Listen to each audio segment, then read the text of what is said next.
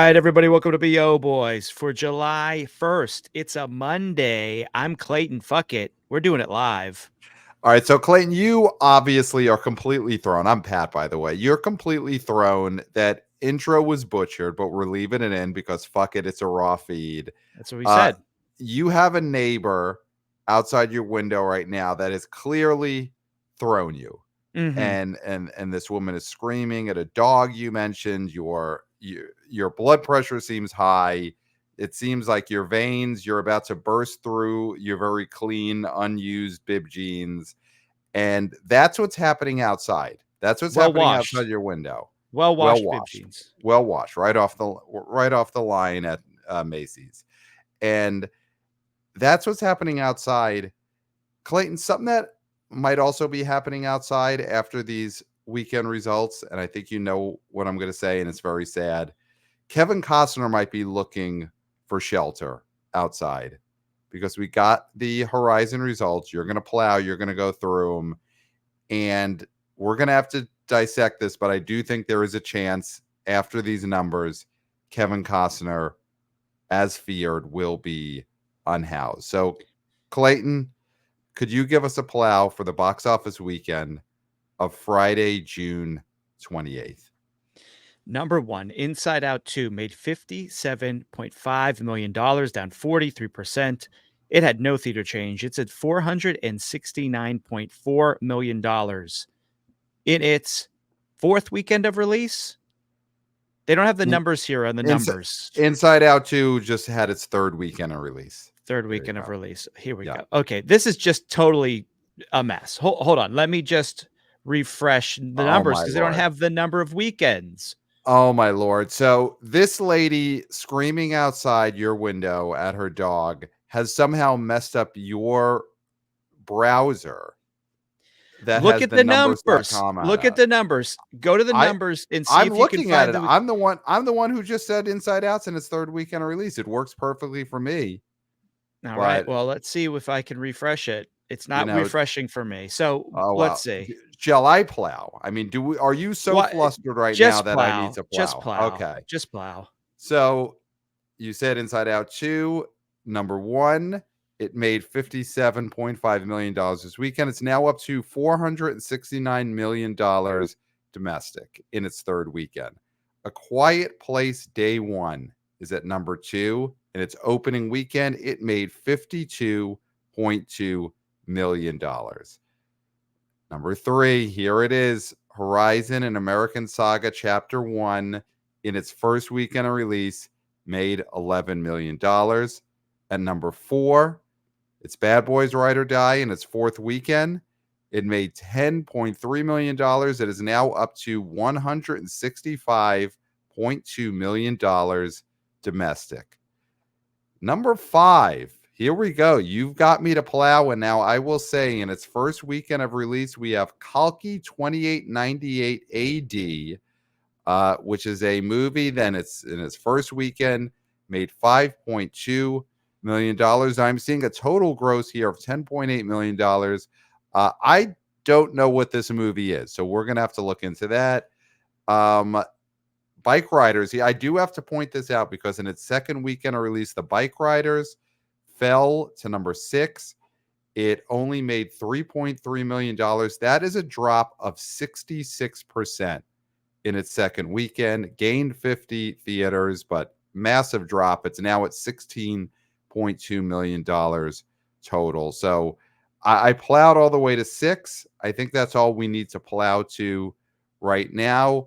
I mean, we'll just quickly there. That Bike Riders 66% drop is massive. Anything in particular that you blame that on? I mean, that's bigger than that should have been. It seems like my thought is no No. one cared about this movie. Yeah. It's a huge again, drop, though. It's a huge drop from not a huge opening weekend. So it's a pretty it's big the drop. issue with Jeff Nichols movies is Mm. that they are boring and people don't want to watch them. The general public don't want to watch them.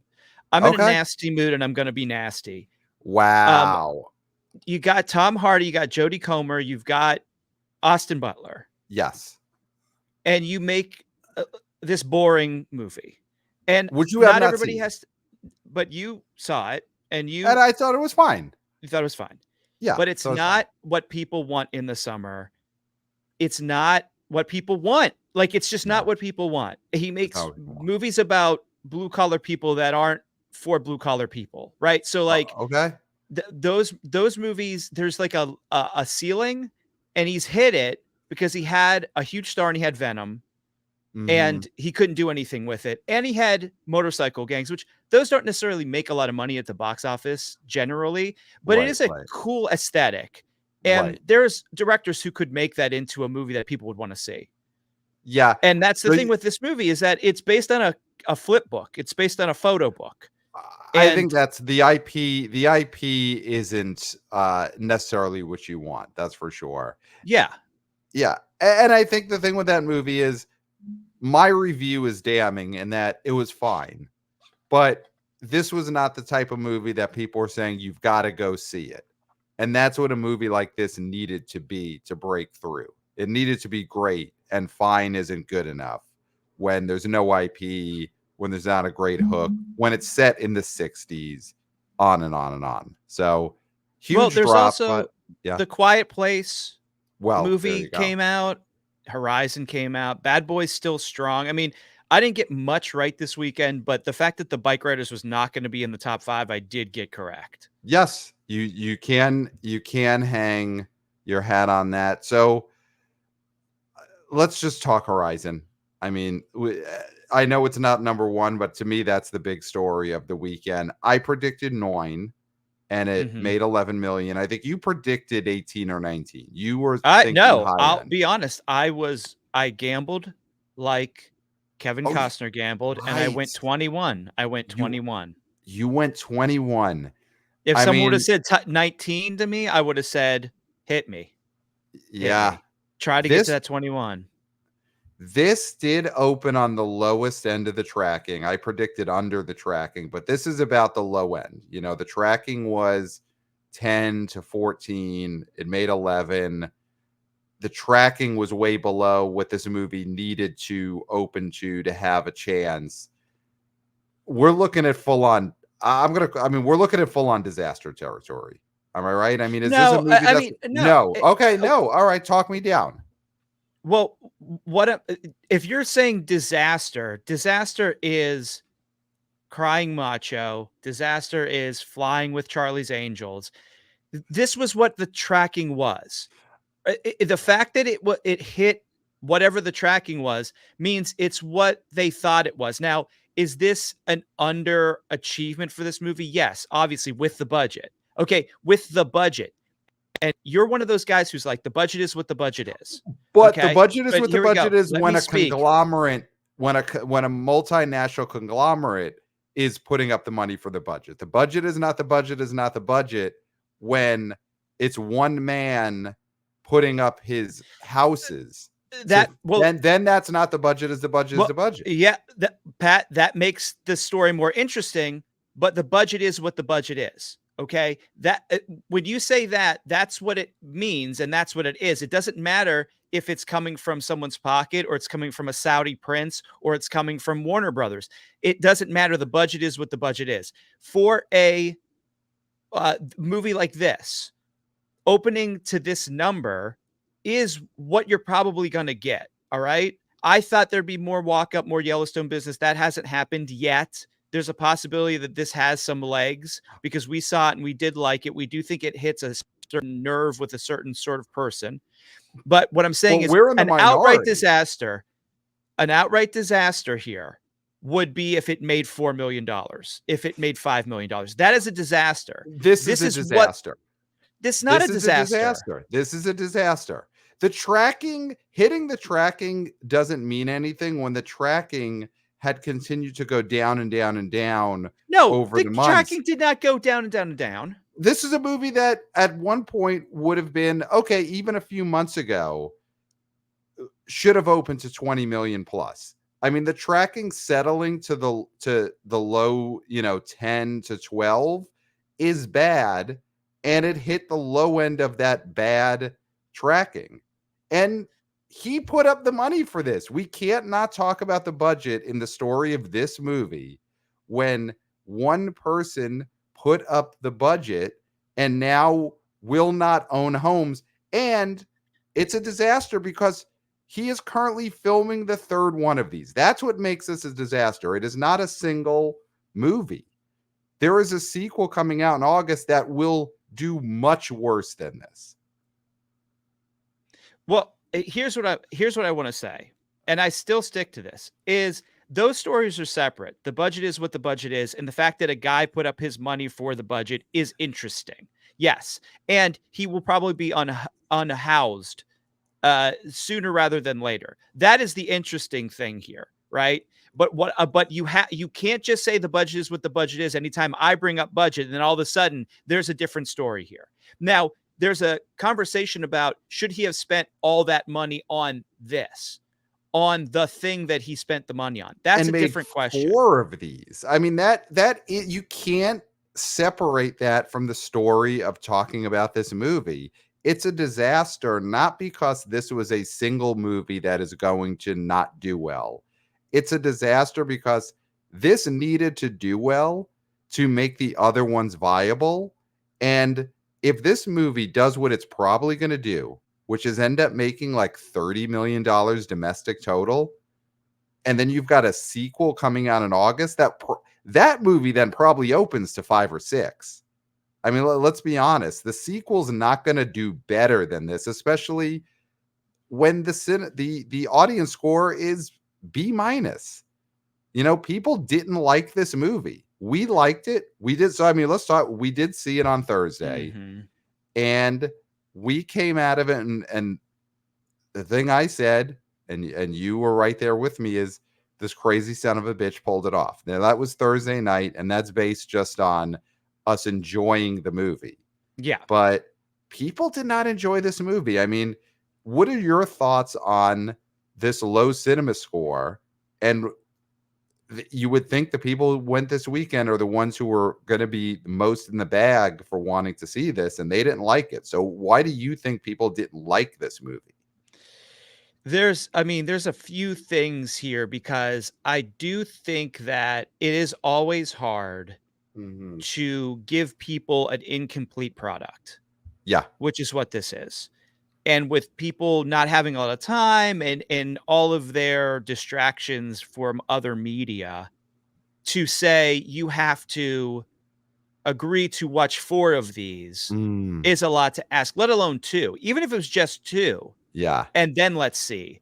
It's a lot to ask people. And this was doing it with the knowledge of it, because you've seen in the past where now they're rebranding the Mission Impossible movie that just came out last summer as not a part 1.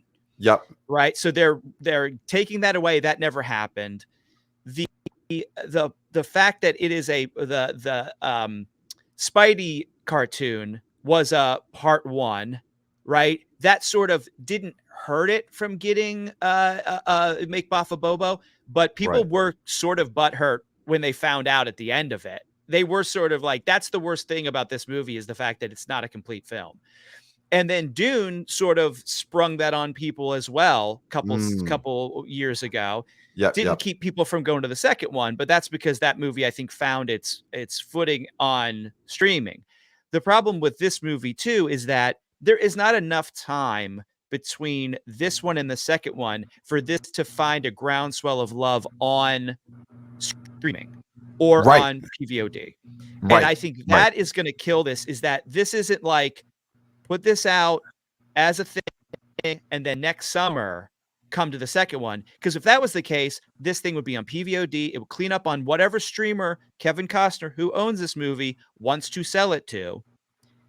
And then people would think, oh, okay, now I just want to see this on the big screen because I liked it so much when I watched it at home. I think that's what's going to kill this, is that there's just not enough time for this to become a cult or a groundswell artifact. You know what I mean?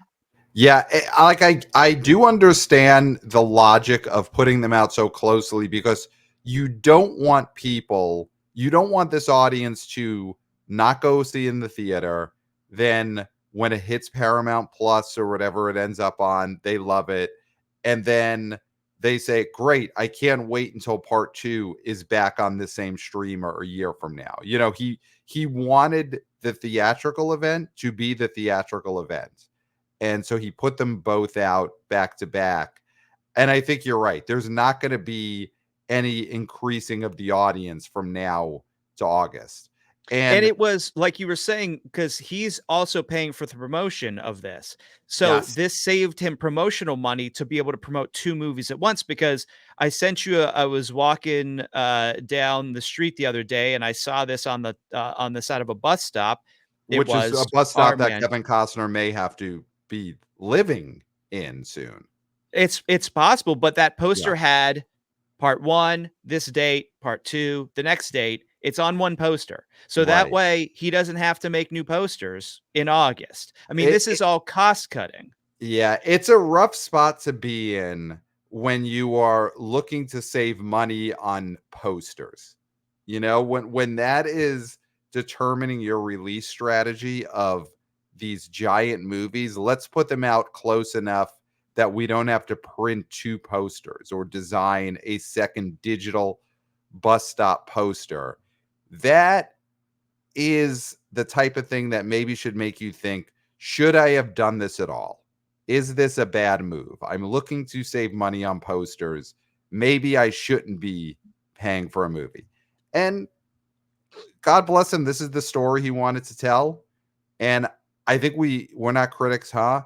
We both enjoyed Huh? this movie, though it does feel odd as this is the story Kevin Costner needed to tell, because in the end it was a solid western that I don't think does anything very interesting.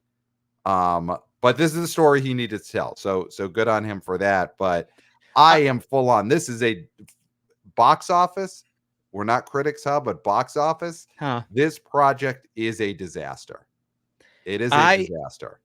I think he couldn't have been ignorant to the fact that an opening weekend is really important when it comes to movies. Yeah. Obviously. I mean, that sounds like a no-brainer, but it was going to be an uphill battle for this to have an opening that would have made the headlines about how much it cost not be the headline. And so that's the thing, is that he is lucking out in a way, because we are seeing that more people are waiting to watch movies. They're waiting Right. to see Fall Guy. They They're are. waiting to see some of these movies that we thought had underperformed, Garfield being an example. But Right. here's the difference between this and that, is that those movies had the promotional might Right. of large companies behind them to canvas the world with Fall Guy, to Right. canvas the world with Garfield. And that just wasn't the case with this. He doesn't have that sort of firepower to do that. So this getting it did what we thought it was going to do. Nobody really loves it. You don't have any strong defenders of it. So it could sort of just peter out and disappear, which this thing Yes. had to, if it wasn't going to open big, it had to be so loved and it had to be so not even critically acclaimed. Because I don't think critically it needed to be No. acclaimed. I think the audience needed to love it. I think the audience needed to be like, you need to go to their neighbor, knock on the door, and say, you need to go. Yes. And that And is I not going to don't think happen. that's going to happen. Yeah. And again, we like this, but even coming out of it then, I it didn't feel like this is the movie where that would happen, because there's nothing it is I think it is a very good version of this type of movie, or a Mhm. very good version of this type of 3 episodes of a Taylor Sheridan show back to back to back. It's better than the Taylor Sheridan shows, Mhm. but it isn't special. And I think that is the problem that it's going to have in terms of having any kind of legs, is that it is good at best, but it is not special. And it's not special in the way that A Sound of Freedom was special, in that it has a big hook to it. I just don't see the thing in here. There's no great villain. You know, it's not like he got a Tommy Lee Jones type to be this incredibly memorable. Well, I mean, there is villains we like, but there is nothing that is a talking point coming out of this. Well, This Pat, is not going to be Fall Guy. This is going to be Furiosa, where the drops are going to be just absurd. well, because we don't know the full story yet, so we don't I know know. who the That's the main problem. villain's going to be. I mean, that is the thing, is that Mhm. you're saying there's no main villain.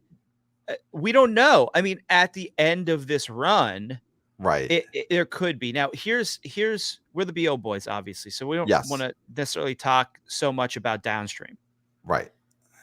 but there's a possibility that what happens here is first two movies come out because second one's gonna come out. It's dated.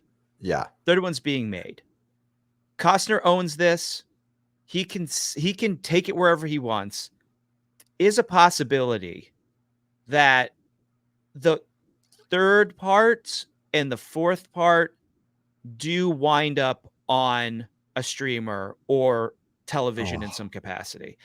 And that is disgusting to me, but at the end of the day, he could make his money back from this project through downstream. And he can't that's make not it what we want to back see. though. He could.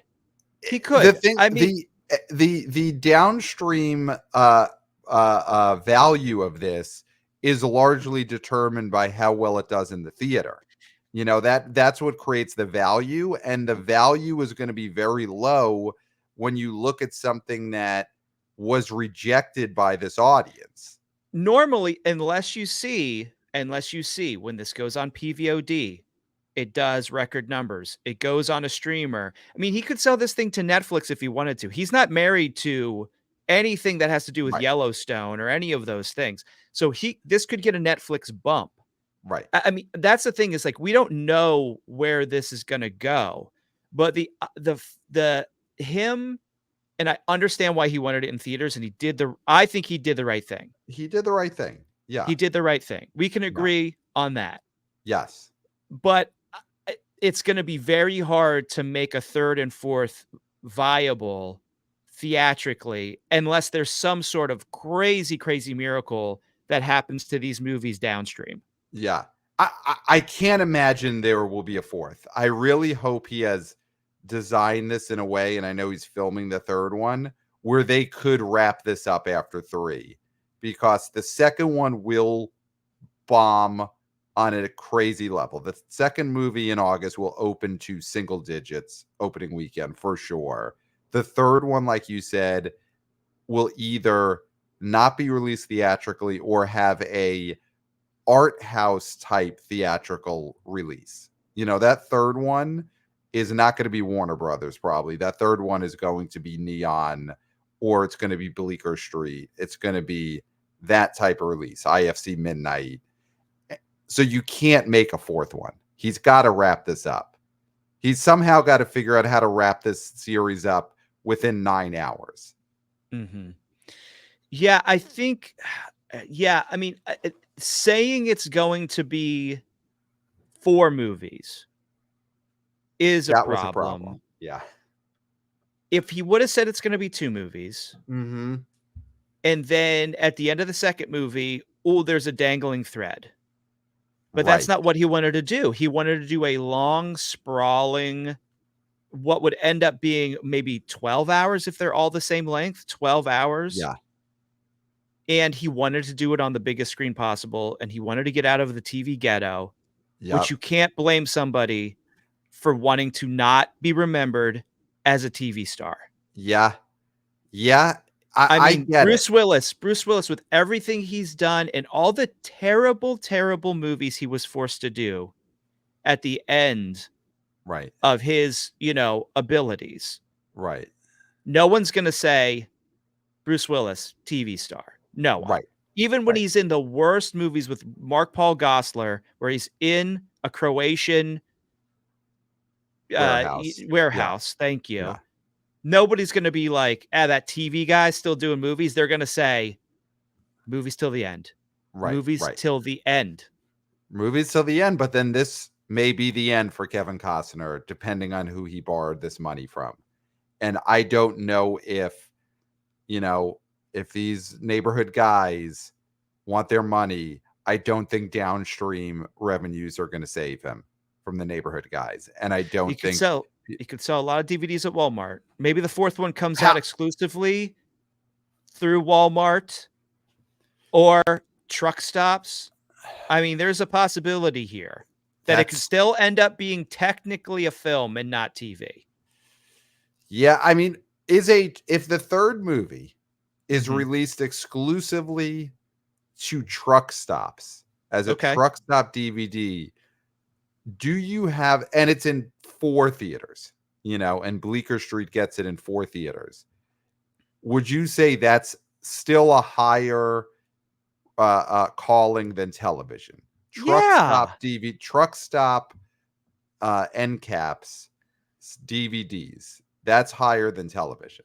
Listen, as much as I love Sopranos, which I think Right. is one of the greatest things, like greatest stories, Right. greatest whatever you want to say Right. that Right. has ever been told. Right. A movie of any sort, I mean, Plan 9 from Outer Space Mm-hmm. is a better achievement than Sopranos because Wow. it is Okay. a film. It is a Okay. film. Okay. And I would say Many Saints of Newark, a Sopranos story, is a better achievement than all of the Sopranos because Because you know why? It's mm-hmm. a movie. It was released in theaters. Yeah. So Kevin Costner now, where do you think his head's at? Knowing with this, the not the worst case, because sure, like you said, it could have opened to 8 million, 9 million. It opened to 11, but kind of the worst case has happened where it opened on the lowest end of the tracking. Audience doesn't like this movie. I think you're right. The ending of this movie is going to be the thing that people leave in a negative mood about, because this movie ends not on a cliffhanger, but it feels like it just ends in the middle of a scene Mm-hmm. and there's no resolution for anyone. So people don't like this. He knows he's got that second one just waiting to bomb in August. Um, we talked about him having a bug out bag. Do you think Costner is doing that this weekend? Do you think he is about to go into hiding, or do you think he's going to double down and try harder to promote it this week? Because next weekend is 4th of July weekend.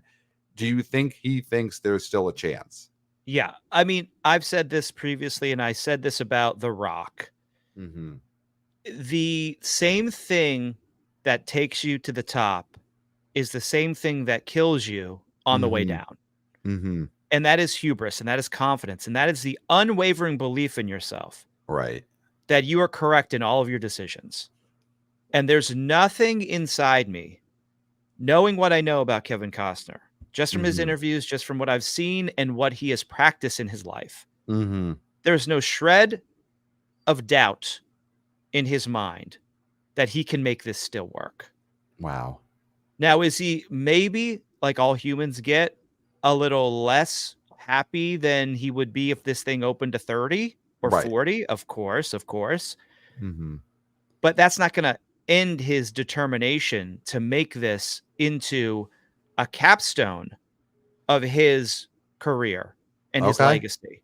And Okay. so, yeah, I think you're going to see him going on Instagram, going on TikTok if he has a TikTok, going on these shows again if they'll have him saying, perfect 4th of July movie. This is the week to do it. We're gaining momentum.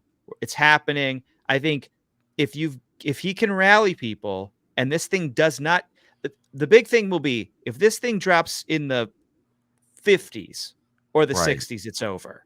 If this thing holds, even if it's at a low opening, if this thing holds, you've got a story. It's another movie that held this year. That's what he's hoping for. He's hoping for a hold. He's You know, he's yeah, he's hoping for a hold. I mean, that is in his, but his inner circle right now, they have to be panicking. Whoever but that they inner can't show it circle to is. him that he's like, anybody who's sweating, get the fuck out of my office. Yeah. Yeah. He doesn't want to see that. He's Right. like, you can go sweat on somebody else's dime. All right. Don't sweat Right. on mine. Right. I only But do you want think, helpful things right now. okay, does he eat the wings? Does Kevin Costner go on Hot Ones to eat the wings? And I ask for two reasons. Does he go on there to promote? And does he possibly go on there for sustenance because he may be out of money and unable to pay for a meal right now? I think for the third one, he asked to eat the wings because he's genuinely hungry. Yeah. I don't think we're at that point right now. Yeah. Yeah. He's able to buy food now. But yeah, by part 3, Kevin Costner's promotion may be mainly doing a tour of eating based TV shows, web shows, Instagram accounts. Oh, Like, he'll be doing Lad Bible, eating yeah, American foods versus British foods, and he'll eat both, yes, and he'll say they're great. More. yes, Can we yes, make yes, this 3 hours? yes, yeah. How many more foods do you want me to taste? I could taste them all to promote. He always be to promote. Yeah. And And what do you do with the leftovers? Those are just for anybody? Does the crew get those, or can I take those? right. Does he go on Hot Ones and he reaches across the table and he starts eating Sean's wings as I well? think he does, and I think he's the first person to do hot ones with full rotisserie chickens. Mm-hmm.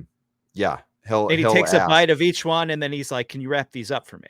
Yeah, yeah. It's gonna be that's gonna be a tough promotional tour to watch. The promotional tour for Horizon Chapter 3, where Kevin Costner is noticeably hungry and scavenging for food on And various he's web like, "Is shows. there any of these web shows where there's like a nice cot that you sleep on for a Right, few hours a night right, for right, several nights in a row? Is there anything like that?" He's going to be telling his very skeletal crew that he still has, the real acolytes who are right, really just staying with him, even though the paychecks have stopped coming. right. Does IKEA have a web show that I could promote Chapter 3 on where you sleep? I mean, recently a huge thing on the internet was Mr. Beast. He had two people live in a warehouse for I think a year, and There we then go. they got money. Does Kevin Costner go to Mr. Beast to promote Chapter 3 and ask, "I will do one of your videos where you have me live in a warehouse for a year," Hmm. and that is Kevin Costner's way of being housed for 1 year. Yeah. I mean, I think that's the ingenuity. I mean, Right, we've seen Costner come back from Waterworld. We've seen him come right, back from the absolute wilderness as a star. right, right. And I don't think he ever questioned himself to the degree where he was going to give up. So he's not giving up now. He's not going to give up. Yeah. He came back from Swing Vote, um, but he came back via TV. Here's the thing that may have to happen, and No, you he doesn't tell go me back to which is Yellowstone. worse. No, he doesn't go back to Yellowstone. Well, not to Yellowstone, but Yellowstone's not the show that rebuilt his career totally. It was that Hatfields and McCoy's miniseries.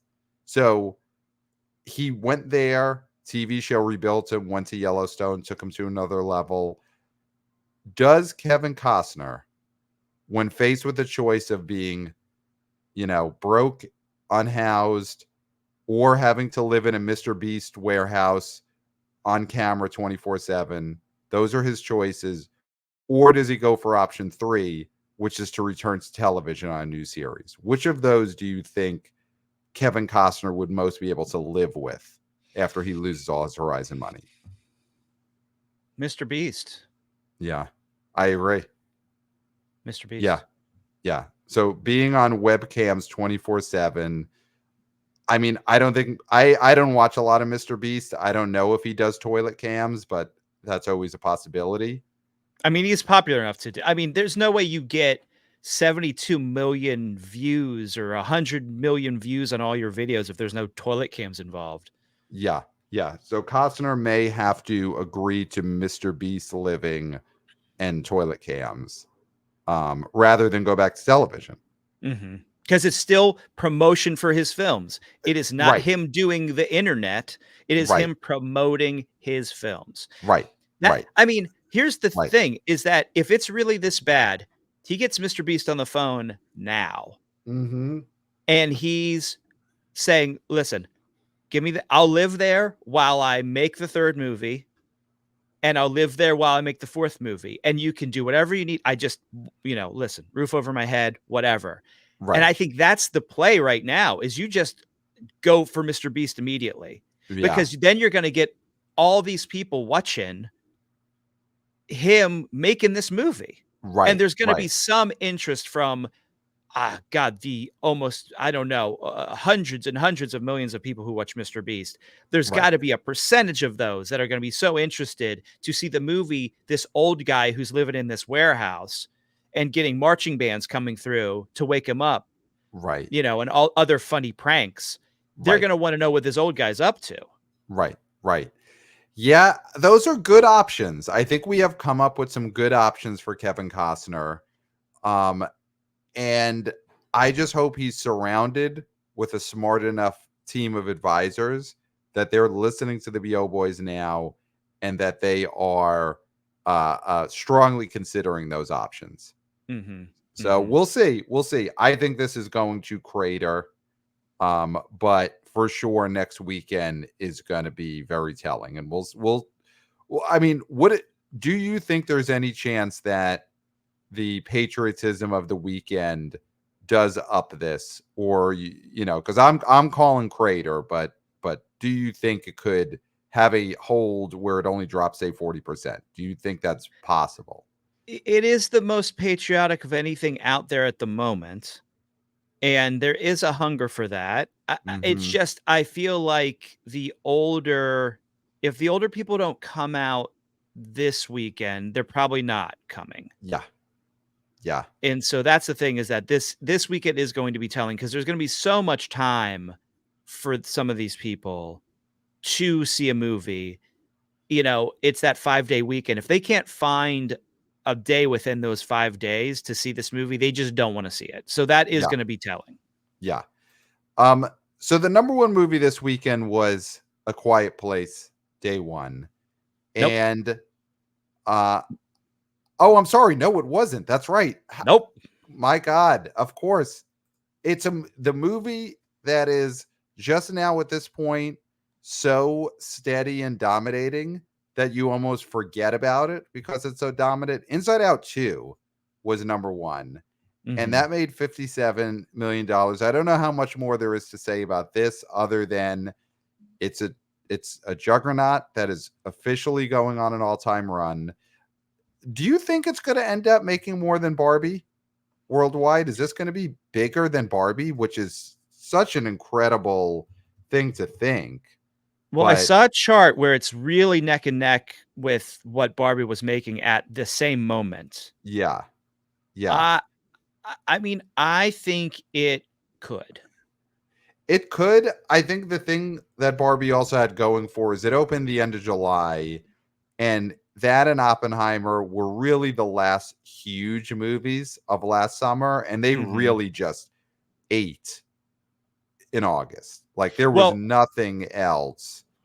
That Am actually I is a missing great something? No, that actually is a great point. And the other thing is that we have other blockbusters to come. Yes, and We especially one have that is direct competition with Inside Out 2. Yeah. And so that's probably why, I mean, this has already beaten its predecessor. Yep. But yeah, now that I'm thinking about it, Barbie might be out of reach. But again, you don't want to underestimate this movie, because you could Yeah. have a Despicable Me 4 lull, during that movie's reign, and then people come back to this movie, because hopefully Disney and Pixar are keeping this in theaters for the long haul. Just keep this thing in theaters, make it special. Yep. Have an old window, have an Yeah. old No D plus. fashioned 90 to 110 whatever day Yep. window, and just really run this thing. Yep. And yeah, so I do think there's a possibility, if it does get some steam again, because people want to see it again. Yeah. Yeah. My prediction that they put Inside Out 2 on D plus on Labor Day weekend or the weekend afterwards as a way of trying to mess around with Warner Brothers Beetlejuice. That's my prediction, is they drop this movie Inside Out 2 on D plus the same day Beetlejuice comes out, which I think is September 6th or whatever. Um, Okay. which is a long ways from now. So I do think Inside Out 2 is going to get as long of a theatrical run as movies get these days. Yeah, Um, as it should. yeah, I don't think it's going to get to Barbie for that reason. I think that we're going to start having big movies come in that start to chomp away at this audience. And we're going to get to that preview because, Colleen, this is a double episode. This is the way we Mhm. used to do the BO Boys, but because of the holiday schedule this week, we're not doing 2 episodes. We're going to also be previewing the weekend soon.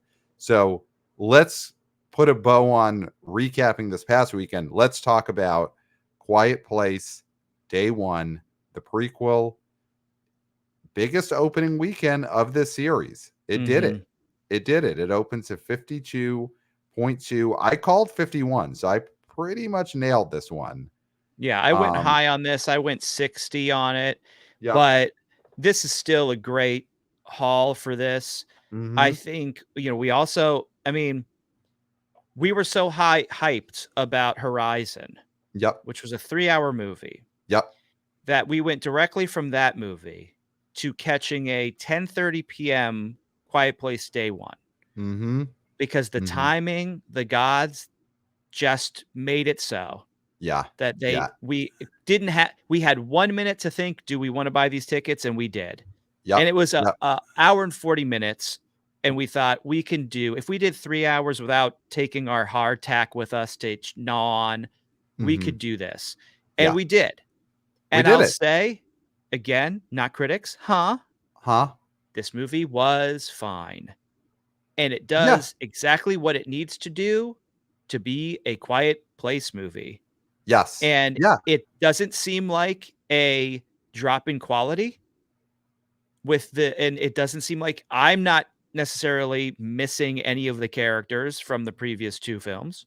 Mm-hmm. And so it's also in New York City, although again, they don't really use it very well, but whatever. It's very hard to use New York in an effective way if you're not from here. Yeah. But I do think that this was a movie that gave the audience what it wanted. And Yeah. that's super important in a summer popcorn movie. Yeah. It I mean, we talked about her on the last episode.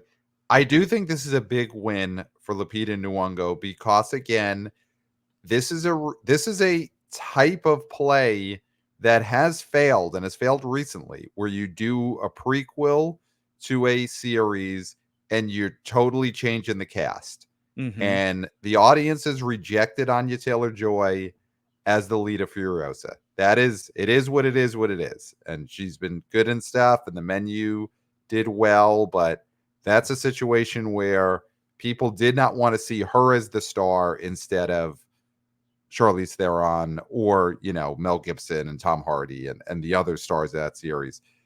This weekend, people were totally fine and totally into Emily Blunt being replaced by Lupita Nyong'o in this franchise, and that is a big win for her. This is not sure. She didn't go out there and play a lawyer in a movie and that opened huge. She is the lead of a franchise movie. But that could fail if it's not a person people want to see. And I do think this is a win because people wanted to see her in that spot and she held the screen and that's huge for actors these days. She is a star in that way. Yeah, you can't after the success of If, you Mm-hmm. can't discount the Krasinski bump that a movie can get. Okay. Emily Blunt being in Fall Guy, Oppenheimer. I mean, she is a name star and probably the focal point of that franchise, Yep. Quiet Place. Nowhere to be seen. And this movie opens bigger than both of those first Yeah. 2 movies. That does speak to Lupita doing what she does, which Mm-hmm. is make people want to see her. Now, is butts in the seats? No way. It's impossible to be a butts in the seats star now, almost. Mm-hmm. But this is her doing this, like you said, is her doing something that a lot of people can't do. And we could list those out. And I Yep. think it just gets more impressive the more I think about it. Yeah. Yeah. I mean, she is, I would say, a bigger star than, and we're gonna shows how far he's fallen because we're not scared of him anymore. We're gonna say his name, Chris Hemsworth. You know, Mm-hmm. that type of quote unquote star, she is more successful than him because you can't just pop him into a franchise and people are going to go see it. He's only Thor. But Mm-hmm. Lupita, here's what, if Lupita had played Furiosa or played a new character in the Mad Max franchise or whatever, that movie does way better than Furiosa does. Mm-hmm. And Lupita as the new agent in a Men in Black sequel does way better than the Men in Black International that Chris Hemsworth did, because she's just someone I think that works in this way. I think she's so much more viable as someone you could pop into a franchise and people will have a fondness for her, as opposed to a lot of these actors where that fails. So this is Mm-hmm. a big win for her, and it's just a big win for this franchise because this was the movie that was going to tell you whether people just like those two movies specifically, or whether people want a Quiet Place movie every 3 years. Mm-hmm. They love the sound ghouls. And listen, Yeah. representation matters. Mm-hmm. I'm a sound ghoul. Yeah. I mean, you saw at the beginning of the episode, I'm a sound ghoul. Yeah. Like You if that I the noise outside your window totally flustered you. You butchered the opening. You were kind of useless for the first 3 or 4 minutes of the show. And if you had the physical abilities of the monsters in these Quiet Place movies, you would have jumped out there and you would have started sucking people straight up into your snout. I was not flustered, I was in a murderous rage. Right. Right. And I just don't have, like you said, the capabilities of these sound ghouls to Mm-hmm. do anything about it, Yeah. which makes it even more frustrating. Yeah. So yeah, I mean, I think people love the sound ghouls, and this bodes really well for this franchise. Yeah. Yeah. This is now officially a refillable franchise. And listen, they got to pick the right stars, because if they're going to do one of these every couple of years and now you're going to be telling the story from different angles and here's this star is going to be the one who we follow, you got to pick the right person.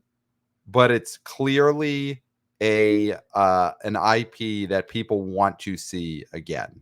They Mm-hmm. want to follow these sound ghouls into different neighborhoods, into different parts of the world. Obviously, you could go. It's such a great setup because you throw them in Paris next. You throw them And of course, in the Amazon. this guy always wants to go Let's go to to Paris Europe. with He the sound always wants to ghouls. go Come to on. Gay Paris. Well, He always wants to go to Berlin. We'll go to Berlin. Berlin, London. He always Yeah. wants to go to jolly old England. Well, the What first two about movies were in a small town. So we got your plain Billies got to get eaten by the sound ghouls. Now let's travel the world with these sound ghouls. Let's go to some 5-star restaurants and um, my see some plays. immediate it would be the same movie with berets.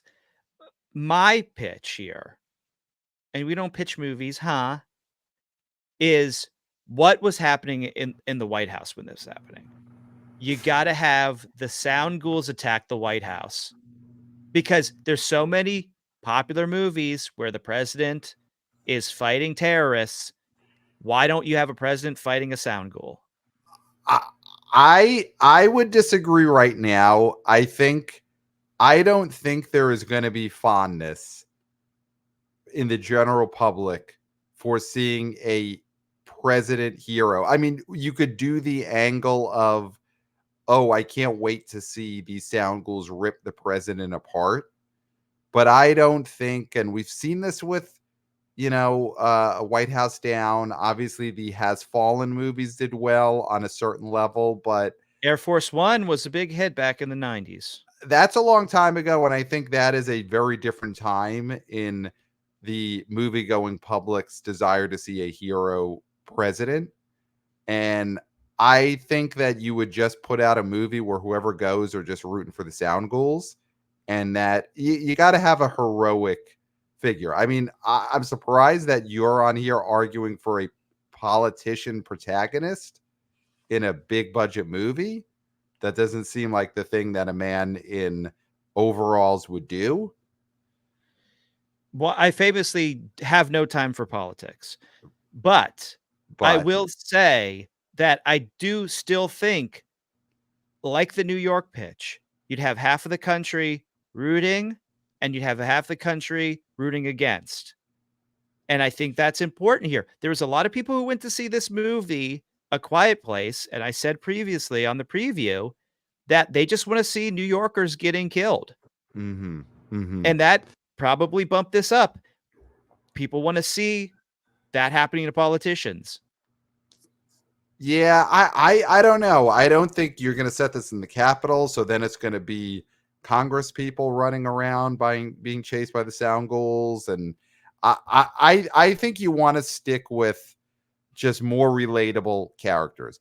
If you're going to go Like that way, if you're going to go French, like like the French, Europeans. yeah, like Europeans, you send Americans, they're on a trip.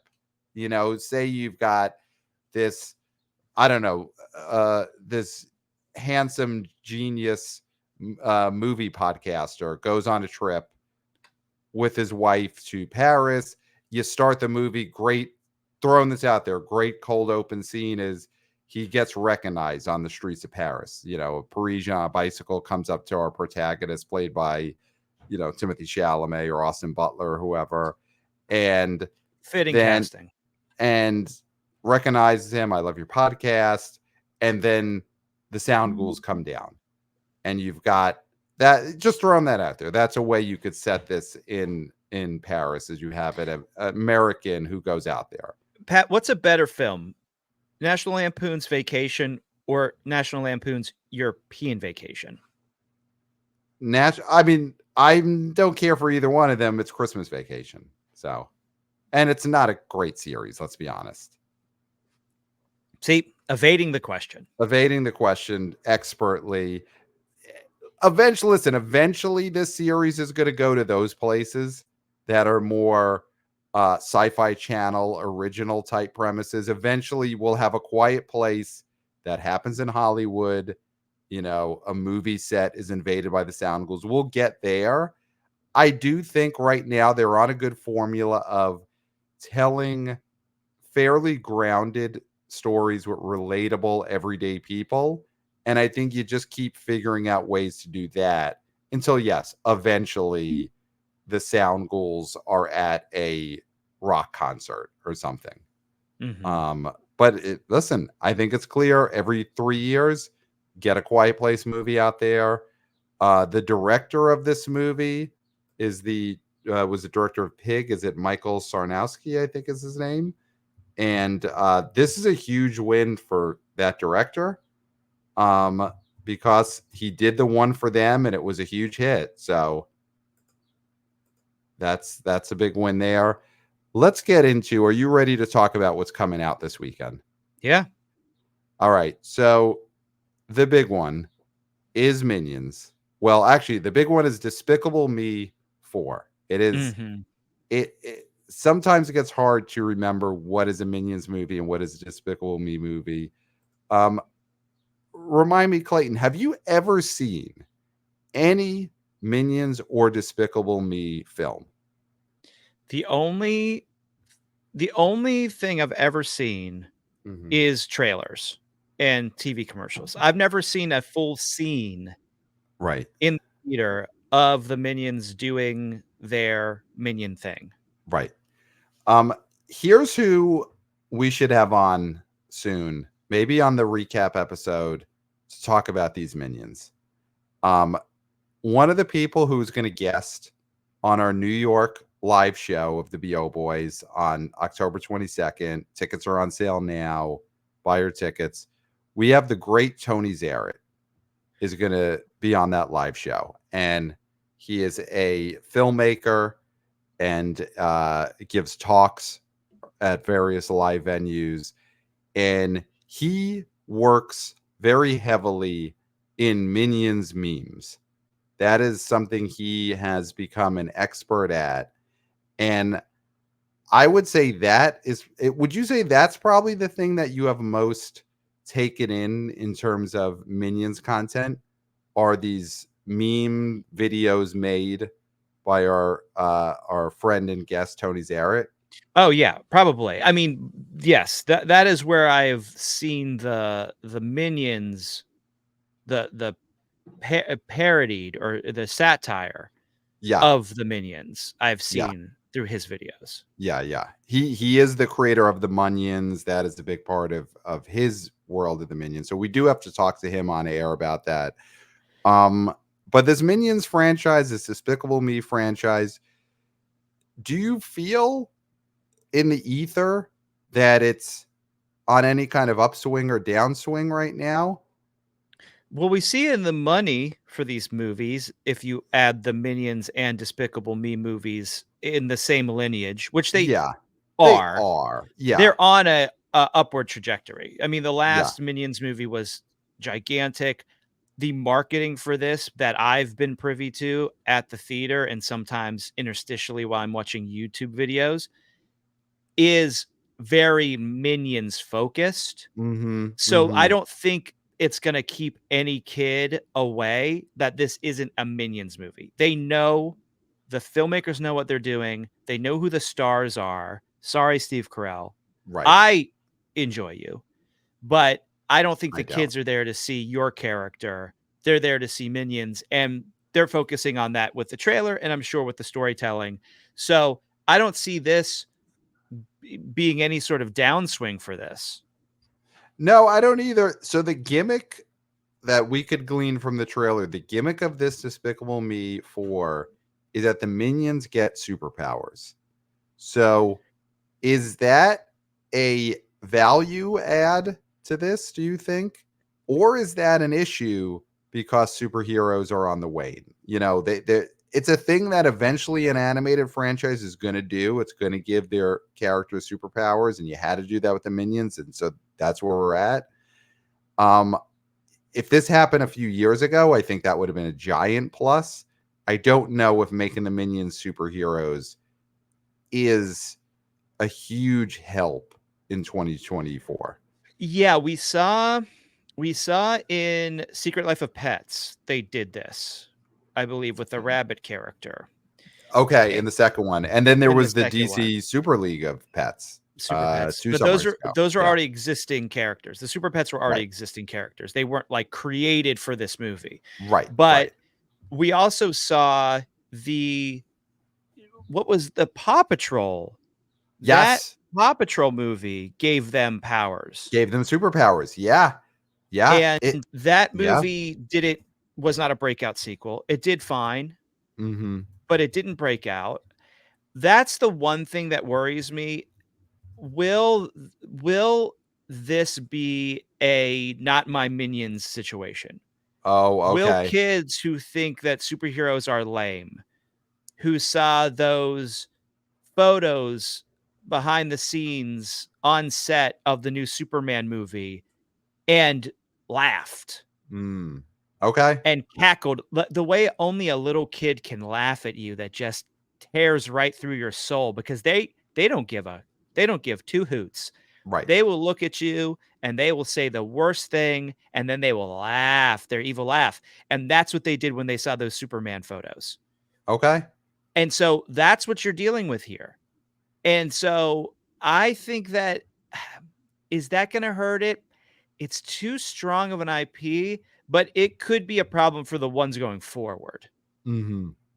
Yeah, it may just feel like they have hit a and the kids could sniff this out that they have become the minions have become creatively bankrupt. Mhm. And I think we never want to underestimate these rats and their taste. Obviously, they need cheese. They'll, they don't want to have to eat their own foot, eat their own tail. So they want the cheese. But we've seen situations where if the cheese seems stale, they'll Mhm. be reluctant to eat it. So this Despicable Me 4 movie, it is co-written by Mike White. So that is what gives me hope Mm. that this is going to be him not just giving us a rehash of Secret Life of Pets 2 and Paw Patrol the Mighty Movie, that he's got a fresh take on it. You know, this is the, of course, writer and director of Brad Status. So I have faith that he's going to do something interesting with this superhero gimmick. He's probably more well known for Chuck and Buck. Yes. I mean, this is so Despicable Me 4 from the writer and co-star of Chuck and Buck. So I haven't seen that on the posters, but they could be saving that for certain markets and certain pop-up ads, you know, on certain websites. Yes. Yeah. So, I mean, this is a 5-day. This is a 5-day. Yeah. So does this thing open higher than Inside Out 2? Well, it's not. Okay. So if we're saying the 3-day of this versus the 3-day of Inside Out 2, I don't think there's any chance of that. So Inside Out 2 opened to what, 155 a couple of weeks ago in its 3-day weekend. And looking at the Despicable Me Minions franchise, the highest opening weekend ever for any of these movies, the highest 3-day is Minions in 2015, opened to 115 million. The two Minions movies do open significantly higher than the Despicable Me movies. You know, the highest opening for a Despicable Me movie was Part 2 in 2013 at 84 million. So now, but Despicable Me 2, that came out, that was a 5-day, correct? That I don't have right in front of me, but I mean, I'm looking at what the 3-day results were. You know, when something opens in the 5-day, it could depress the total of the 3-day in the sense that a lot of people now are going to see it Wednesday night and Thursday. And those people, if it only opened on Friday, may have went in the 3-day. So I don't see there being any chance of this movie having a 3-day weekend of 150 million. That would just be so incredible. Yeah, but this is the Summer of the Rats, you know, and are they got a lot of cheese now. They got a lot of cheese in front of them. Yeah, this is, I mean, it is tracking at over 100 for the 5-day. So people are saying that it could be anywhere from 100 to 125. Now, do you think it gets over 100 in its 3-day? Let's see. So I do think it could do 125, 130 in the 5-day. I think the high end of the 5-day makes sense. But then for that 3-day, does that mean it gets to 100 and it makes 25 million or so on Wednesday and Thursday? Because remember, when you open on the 5-day, the Thursday numbers don't count towards the 3-day. Whereas if you open on a Friday, those Thursday night numbers, which now we know where mostly the showings start at 4 or 5 o'clock, those roll into the 3-day. So I don't think it hits 100 in the 3-day, but I do think it could do 120 or so in the 5-day. Yeah. Okay. Yeah. Now, is there any thought on your end that this is going to do less than that? That it would underperform? I mean, again, the Minions specific movies are bigger than the Despicable Me movies, at least in the opening weekends. Looking at worldwide, I mean, worldwide Despicable Me 3 did 264 million. So, I mean, we'll see. It really is. Are we looking at this movie as a sequel to what Minions Rise of Gru did 2 years ago? Or should we base this off of what Despicable Me 3 did in 2017? Because there's a big difference there. There's a big difference in the opening weekend and the total. Yeah.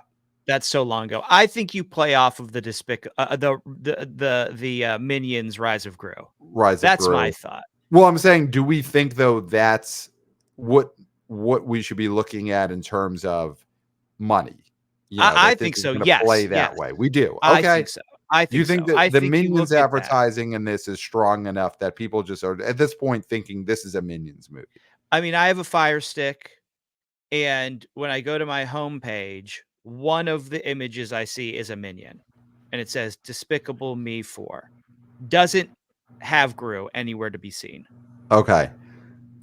Are we getting to a point, and it's hard to say that he should be nervous because he's about to be in a movie that opens to 100 plus million in a 5 day.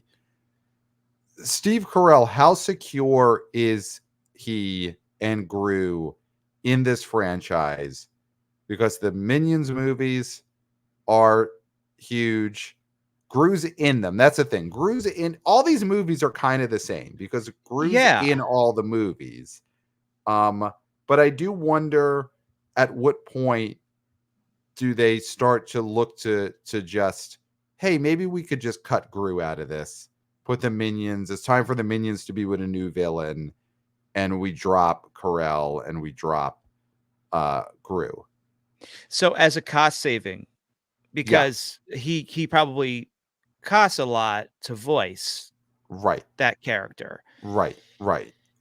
I And mean, you don't want to put someone in there that the rats are grossed out by. You know, you don't want to replace him with Rainn Wilson, mhm. but uh there may be a day where the producer starts to think, do we really need Gru? The Minions or the money here?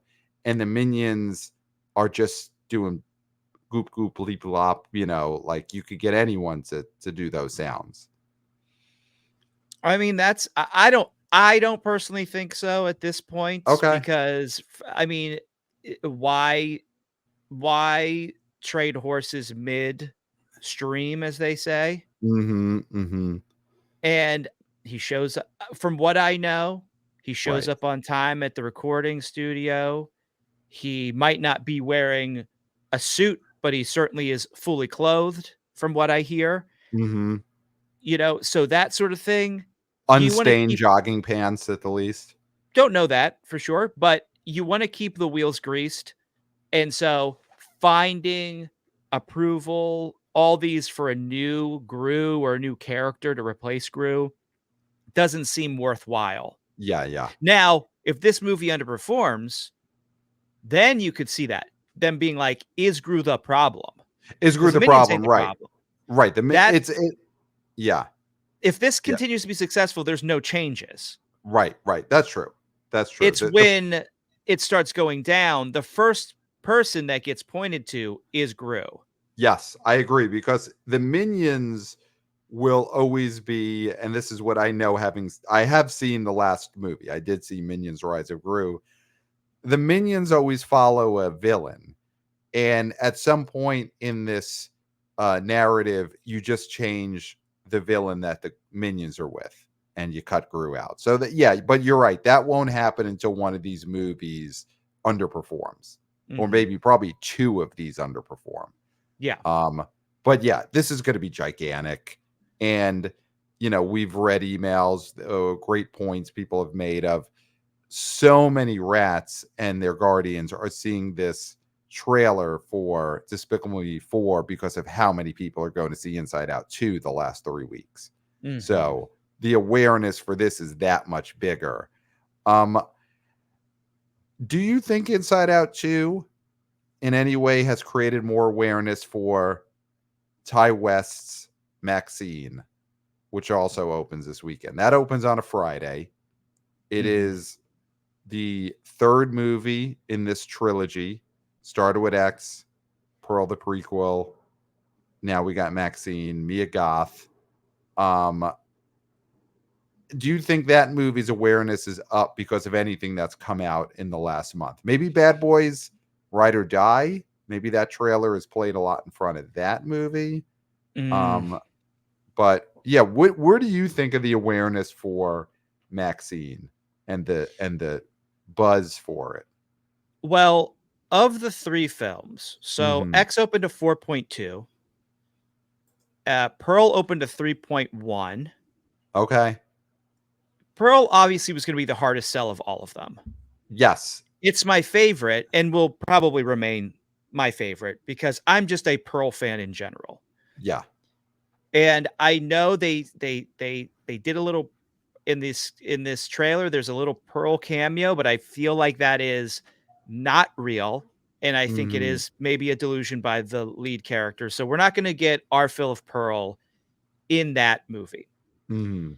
So this to me feels like it doesn't have a lot of buzz from what we're hearing from fans of this franchise, that it's not the best of them. Yeah. It also is one of those things where we were talking about years, decades as IP. And I do think the 80s can still be strong, but it is so diluted at this point Mhm. that you even made the assertion or the, note that as soon as you heard Obsession Yeah.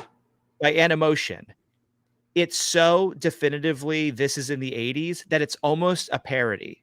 And the Yes. fact that Ty West used that, I understand why he did, but it makes it feel old hat in a way that you don't want that movie to feel. You don't Yeah. want this movie to feel like, oh, this is just another 80s thing. Yeah. And Yeah. I think that's what MaXXXine is starting to feel like to me. Mhm. And that probably is not going to bode well for it. So Y I obviously, I mean, we're going to see this movie. Yes, we're gonna see this movie. I think with this movie, there's probably the hope that maybe this if one of them was gonna break out, it would be this one because it's set in the time period that's most accessible to Mhm. younger audiences. They obviously are not gonna in a big way want to see something set in 1920, and the 70s gets further and further away. The 80s still does have some cachet if you're a teenager to early 30s, but I, they want this one to break out. I don't think it's going to, but I also don't think that Ty West self-funded this movie and has all of his assets on the line like some other directors. I think But that the doesn't expectations matter. for this movie, yeah, no, but I'm saying I think this could do, and the expectation is hopefully it does as well as X and Pearl did. And I So think that's going to be what happens. I just don't think this is going to be the breakout. I don't you don't think it makes more than Horizon did? Because that's what you uh were sort of alluding to. No, I don't think it. Well, yeah, I don't think it opens much higher than either of the other movies. I mean, do you feel like this could open to double digits? Because the No, other one's open to low single digits. no. And I don't think the theater count is going to be high enough for it to do that either, Yeah, especially with how crowded we are at the theater at the moment. yeah, and it's So not a horror movie. it is a It's horror not. movie. I mean, it is. It is, and it isn't. I It's got guess the it's night. It's got a not. slasher in it. It's Yeah, got it the does Night have a Stalker. slasher. It feels like a less overtly horror movie than X was. X was very clearly these people are going to get picked off one by one. That was group of young people go to a place in the woods. There's someone picking them off. This is more of a sea of love uh type thriller. This feels like one of those 80s Al Pacino thrillers more than it feels like a It, horror genre movie. if you want to, you know, if you want to parse it this small, it is a serial killer movie. Yeah, yeah, yeah. And those Yeah. are some people say Silence of the Lambs isn't a horror movie, it's a serial killer movie. So that's the thing. I guess you could say that it is not as overtly a slasher as that was. Now, Yeah. with that said, 4.2 is what X opened with. Now, again, she wasn't who she is now, but that movie did have Jenna Ortega. Jenna. Yeah. Now, if X would have opened in the MaXXXine spot, X opens to double digits because it's got Jenna Yes. Ortega in it. Yes. Yes. Now here we're seeing 4.2. Do you think it goes higher? It's going to get higher than Pearl. It's got to make more than Pearl, right? 3.1. It's close. I mean, those are pretty close. I mean, basically, does this make $5 million? Does it open to 5 million? I don't think there's any actors in here who mean anything beyond Mia Goth, Bobby Cannavale, and the tall actress from Tenet. I don't think they mean anything. So it's not like they added some hot star that's going to bring anyone else in. They're all fine actors, but Elizabeth Debicki and Bobby Cannavale don't mean anything. Mhm. I guess Kevin Halsey's in Bacon, it. Halsey's in it. Well, okay. You tell me. Does Halsey mean anything? I don't at this point, no. Okay. Does Kevin Bacon mean anything? Kevin Bacon is maybe actually the most reputable actor that has been in any of these three movies. Kevin Bacon is a guy that you love to see, and Yeah. you love to see that he hopefully made a lot of his money back from that pyramid scheme that he was Mm-hmm. unfortunately, wrangled into. And so I think he's a comforting presence, but he's not gonna drive audience. Okay. I don't Uh, think. um, and these movies, X was a spring movie, right? Pearl was a spring or fall movie. So Maxine's the first time they've got a summer movie. You know, I was saying I don't think it's going to break out, and I don't think it is going to break out. But I actually am starting to feel like just virtue of when it's coming out and the awareness is probably higher. I do think it's going to open bigger than either of the other two movies and could get to 5 or 6 opening weekend. I think it could get there. Okay. But you don't see Um, lucky number 11. no, I don't see lucky number 11 for Maxine. So last movie I want to bring up that's Oh, opening this weekend, and I've Christ. got to do it because it is a new film from from Angel Studios. Angel Studios has a movie coming out this weekend called Sound of Hope: The Story of Possum Trot. And it was originally known just as Possum Trot, but then they put Sound of Hope in there Smart. because very smart. Sound of is a hot IP for Angel Studios, so they got Sound of in there. It's now called Sound of Hope, and uh, actress and activist Letitia Wright is an executive producer. And here is the story of this movie, inspired by a true story. The film follows Donna and Reverend Martin as they ignite a fire in the hearts of their rural church to embrace kids in foster care that no one else would take in. By doing the impossible, adopting 77 children, this East Texas community proved that with determined love, the battle for America's most vulnerable can be won. Clayton, Angel Studios, kids, Sound of, you really poo-pooed when I put this on our list of things to talk about on this episode, but I think Angel Studios is really trying for something here. It's the Sound of Freedom spot. This is when Sound of Freedom came out last summer, and obviously adopting kids is not the same as shooting people to save kidnapped kids. One is more cinematic, but it's in that ballpark. So you tell me, now having heard about what this movie is, do you still feel like we should not have even said its name? Uh, I'm trying to see if the scam is on for this one because they have Mm-hmm. attempted the scam before. And well, I mean, since Sound of Freedom, not before, but since Sound of Freedom, and it didn't take off as much as this. Mm-hmm. This I feel like it's not getting promoted as much as Sound of Freedom, or at least grassroots. That was such a lightning strike. I just don't see this movie doing the same sort of thing. I do love that they added sound of. Yeah, I Sound do of is love their that. IP. It's their quiet place. And I'm not seeing a pay it forward situation here. Yeah, it So it without the opens pay it on forward, Thursday. It opens on the Thursday, July 4th. I don't see this really doing anything. Yeah, I just wonder why they aren't using the pay it forward for this because you've also got the Foster similar kids. scam you could run is you got the foster. So, with Sound of Freedom, it was every ticket represents a kid who was kidnapped. Here, you could do every ticket represents, one percentage of a child who was adopted.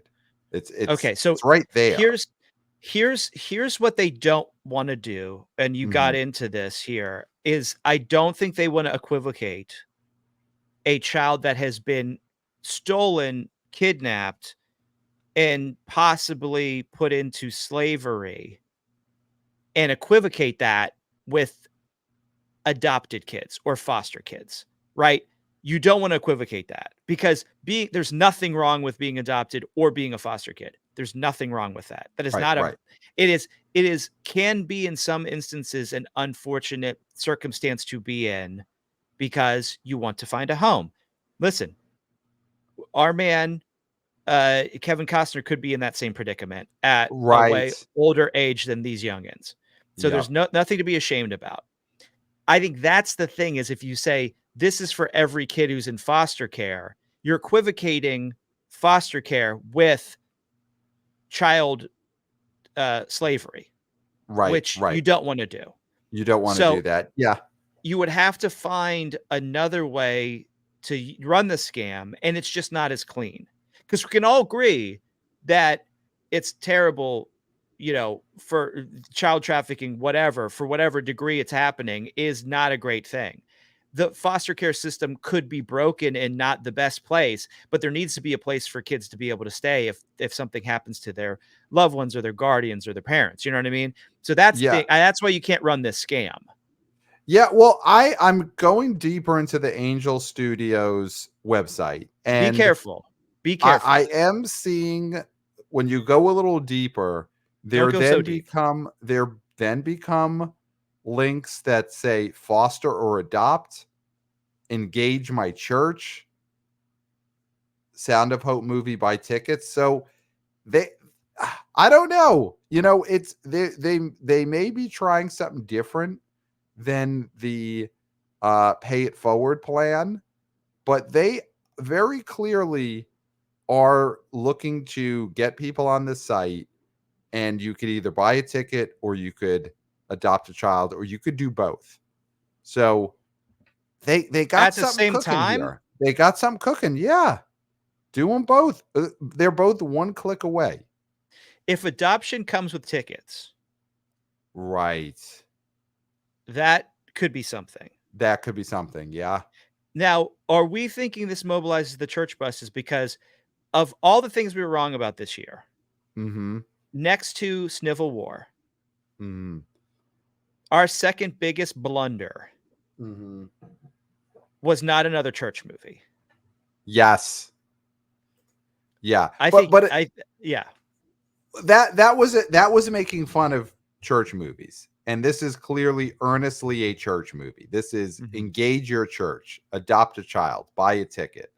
So I think this is going to mobilize the church buses in a way that a parody of church movies just was never going to do. Do church bus drivers work on the 4th of July? That's a question.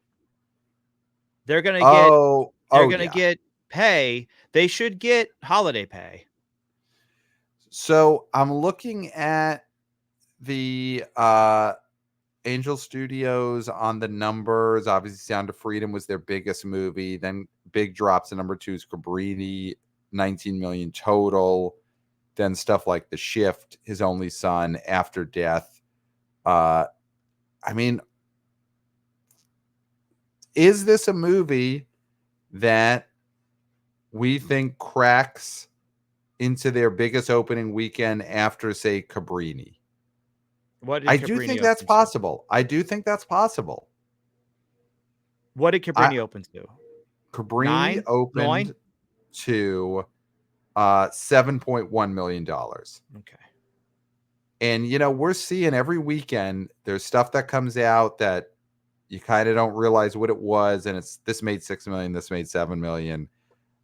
Depending on the number of theaters this gets into this weekend, this could be one of those movies. I mean, are you ready to just do our top fives? So just give our predictions for the Well, weekend of Friday, July 5th.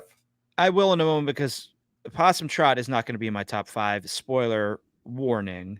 And Okay. one of the key things it's missing from not just Sound of Freedom, but from Cabrini is, of course, Wanna Be Oh Boy Austin Yes. is not that we know of in Possum Trot. Now, if you are, we know you listen, and we know you're super busy with your career skyrocketing. We hope you still remember us, that we were here at the beginning. Haven't heard from you in a while. Busy with your career, obviously. Let us know if you're in this, because if you're in this, we will amend. I will amend that and put it in the top 5.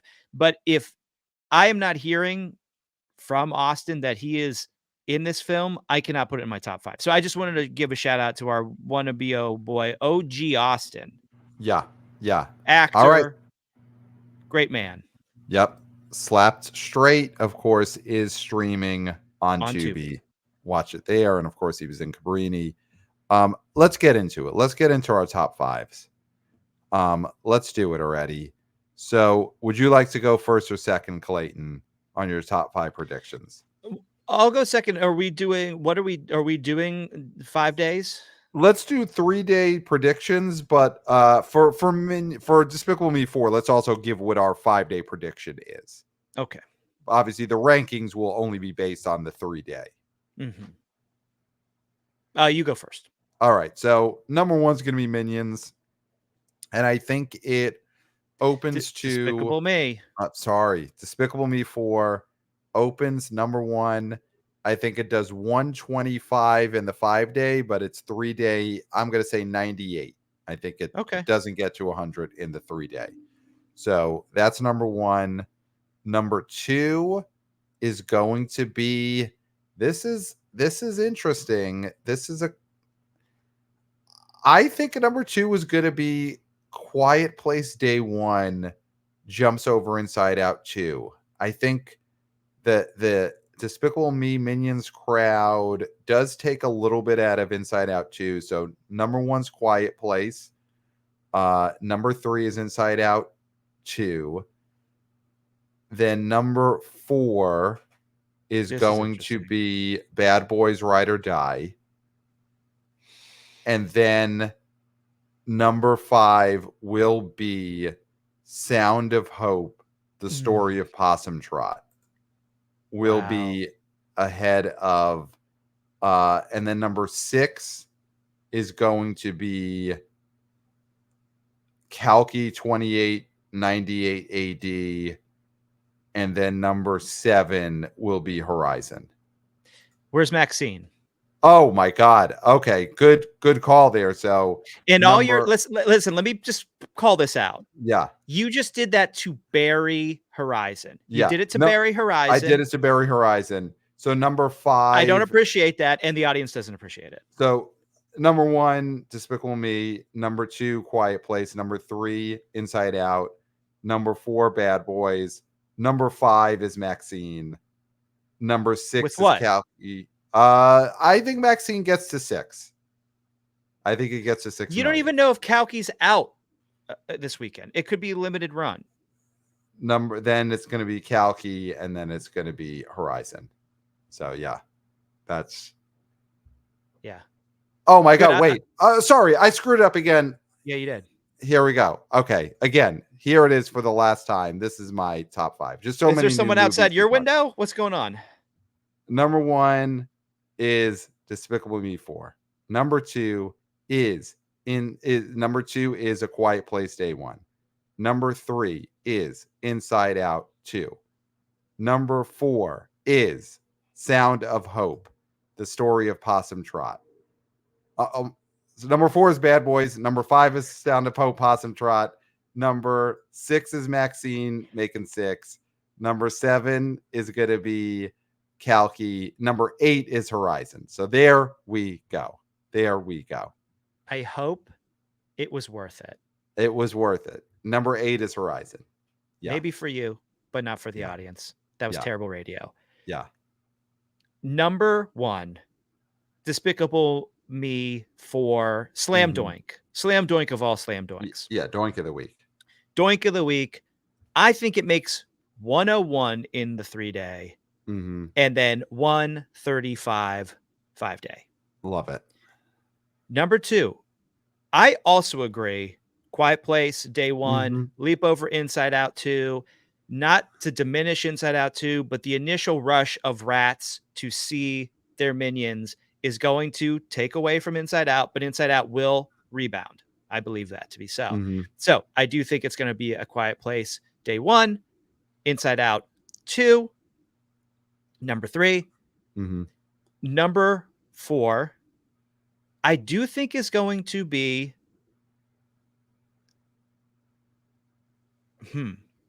okay. I think it's going to be MaXXXine. Wow. What's your number? I think MaXXXine makes 7. Okay. And I think number 5 is going to be Horizon. So all I'll say is last weekend Horizon made 11, Bad Boys made 10. So you do think Horizon's hold in its, because the big drop is always first to second weekend. You think it's going to hold that much better than Bad Boys? Bad Boys is in its, I mean, Bad Boys has been out. Bad Boys is no longer the story. As much as it's been doing great, it is no longer the story. It lost, see, since I didn't do the plow, you would know it lost 469 theaters. So it's losing theaters. So Horizon is not going to lose theaters. So that's why I think that's going to happen. Actually, you know what? I'm amending it. I think 4 is going to be Horizon. It's going to make 9. I think the drop is going to be minimal. And then we're going to have MaXXXine at 5 with 7. That's what I'm saying. That is incredible. I love that you did that. There's zero chance that could happen, but I do love that you are you're going for it here on Horizon. Just from the guy who says Possum Trot is going to make more than Horizon. Possum Trot will make more this weekend than Horizon. It absolutely will. Doubt it. There is an engage your church button on the website. That's huge. That's innovation. Did you risk pressing it? I did not press it, and I will not press it. I will not engage a church on this website for this show. Only on your deathbed, like all true cowards. Oh, 100%. Yes. They bring a representative from every religion in there to just pour oils on me and say chant things. Yes, 100%. So email us, theboboyspodcast@gmail.com. We got a lot of great emails, but we'll get to them on a less packed episode soon. So email us, theboboyspodcast@gmail.com. Subscribe to the Substack. Follow us on social media at the BO Boys Pod. Wannabe senior intern Christopher killing it with the vertical videos on TikTok and Twitter X. Come to the live shows. Tickets are now on sale for 2 of our cities. So LA tickets are on sale. Scott Mendelson, Jeff Bach are going to be the guests out in LA on Tuesday, October 8th at the Yard Theater in LA. Buy the tickets there. New York tickets are now on sale for Tuesday, October 22nd. We've got Brett of The New Flesh is going to be a guest. Sean Donnelly, Tony Zarrett, huge show. That is opening weekend talk for Venom 3, Terrifier 3. Those are what's coming out that weekend. Smile 2 will have just come out. So that's going to be a huge live episode in New York City, our hometown. Boston tickets go on sale very soon with Kirk Minahan as the guest. And 5 stars on Apple Podcasts and watch us on YouTube. Hey guys. Hey guys. We are YouTubers, so subscribe to the YouTube channel. Claim nothing left. That is it. Yep. You've said it all, Pat. Maybe too much. Yeah. There's nothing left to say. No, definitely not. Later. Bye. Except for until next time. We'll smell you at the box office.